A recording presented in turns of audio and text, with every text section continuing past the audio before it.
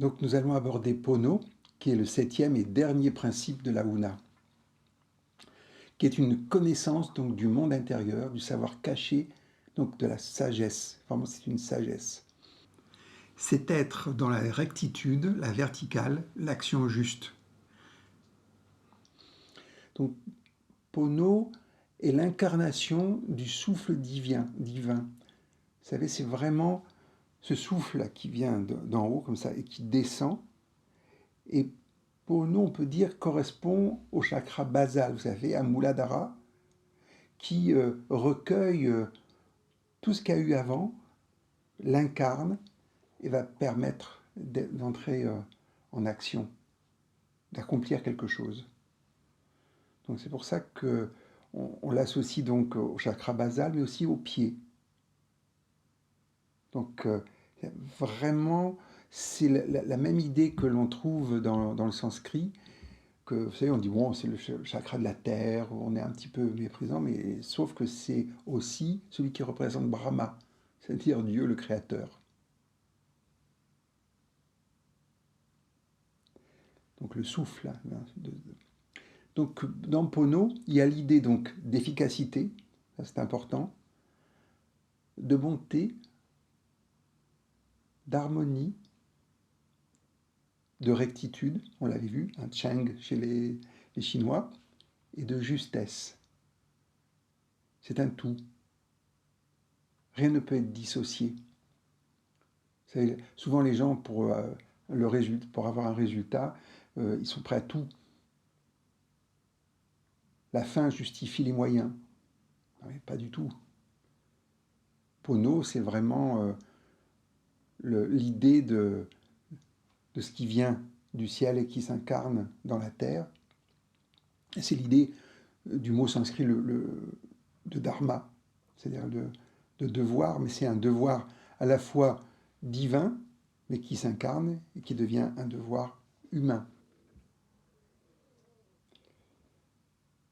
Alors, là encore, dans cette fameuse efficacité, on peut faire une constatation qu'on maîtrise rien.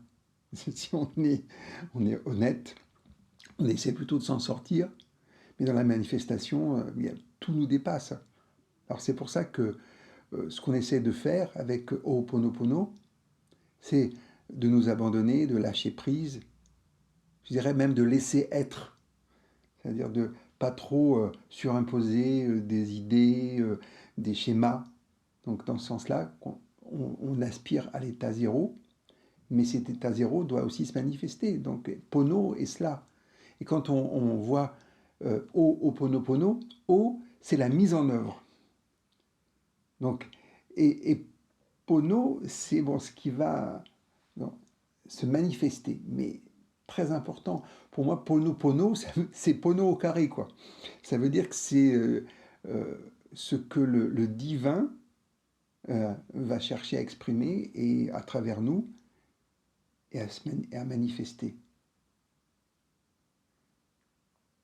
Donc il y a cette idée avec Pono donc d'efficacité, mais qui vient à la suite d'une inspiration, pour que ça soit une action juste. Alors les Hawaïens, ils sont comme tous les grands, je veux dire penseurs, mais philosophes, la vérité absolue, ils connaissent, ils disent tout est, voilà. Mais ils sont pragmatiques, hein. Ils disent bon, ils disent que pour Pono, l'efficacité est à la mesure de la vérité. Alors là, il y a eu beaucoup de commentaires à ce sujet, mais justement, la vérité, c'est en sanskrit, c'est satpad aussi. C'est quelque chose qui descend directement de la source, et qui vient et qui s'incarne. Et on avait vu dans la Bhagavad Gita que on est responsable de l'action, mais pas du résultat de l'action.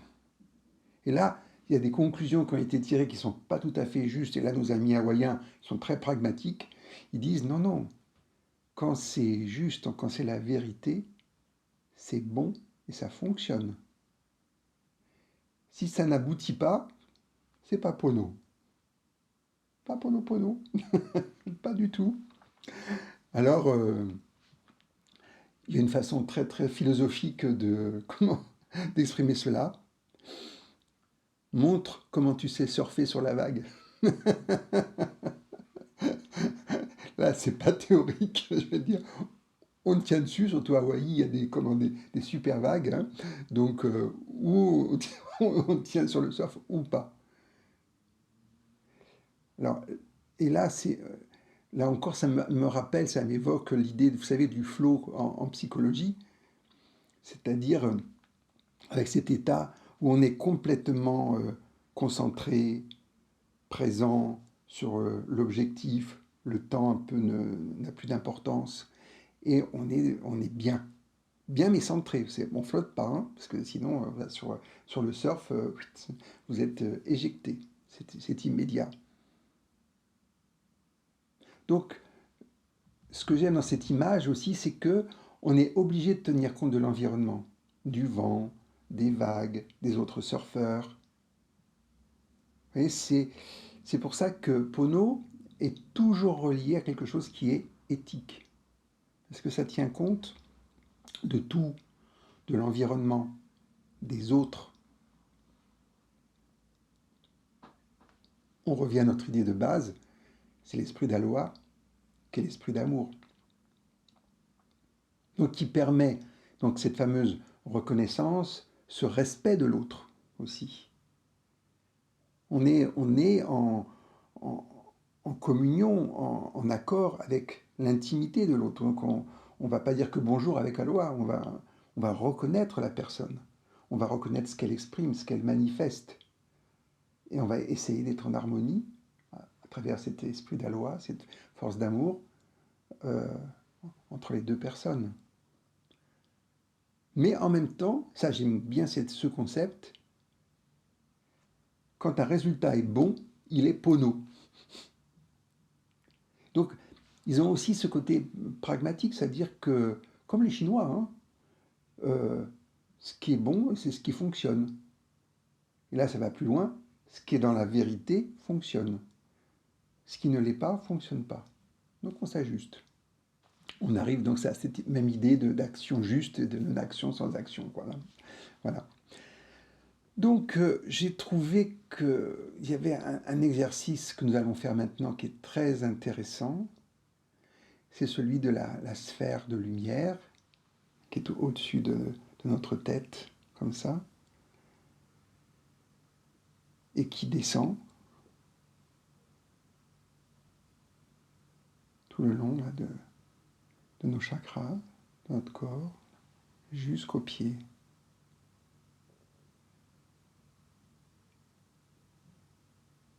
Elle a deux fonctions. La première, on peut avoir l'idée que cette lumière blanche nettoie totalement toutes les mémoires, toutes les impressions, par les bras, les jambes. Et on peut le faire plusieurs fois jusqu'à ce qu'on se sente léger, en équilibre, silencieux. Ça contribue beaucoup à l'état de vide.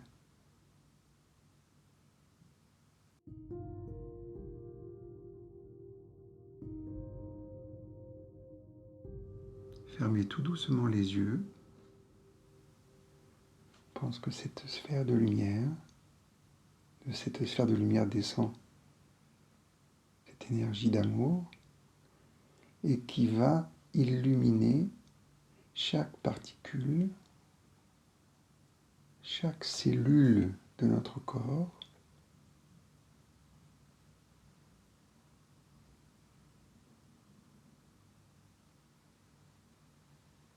jusqu'en bas.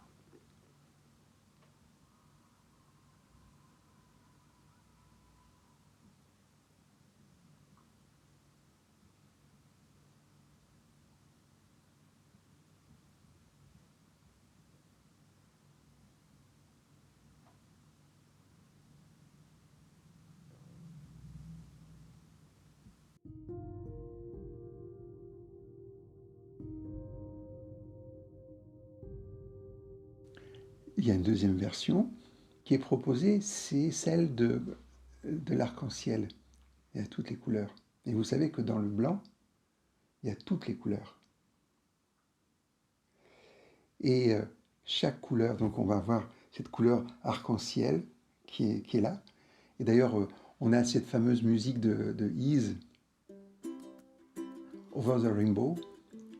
Donc au-delà de l'arc-en-ciel, c'est intéressant, au-delà, il n'y a pas de couleur au-delà de l'arc-en-ciel.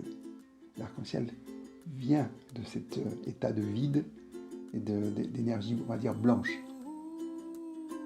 Et donc, cette fameuse sphère est toujours là, et quand elle commence à se manifester par le sommet du crâne, elle va, pardon, elle va contacter chaque chakra et alimenter chaque chakra. Le chakra coronal, ça sera un chakra. On dit qu'il n'a pas de couleur, mais on peut dire aussi que c'est violet. C'est-à-dire que quand ça vient, c'est violet. Puis après, on a le troisième œil, donc Ajna Chakra. C'est un bleu plus foncé, plus nuit. Puis après, on a Vishuddha à la gorge, un bleu clair. Puis après, on descend vers le cœur. Ça devient vert. Manipura, donc le plexus solaire, ça devient jaune.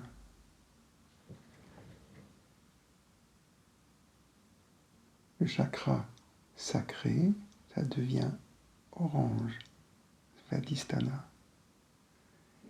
Et le dernier, Muladhara, c'est le rouge.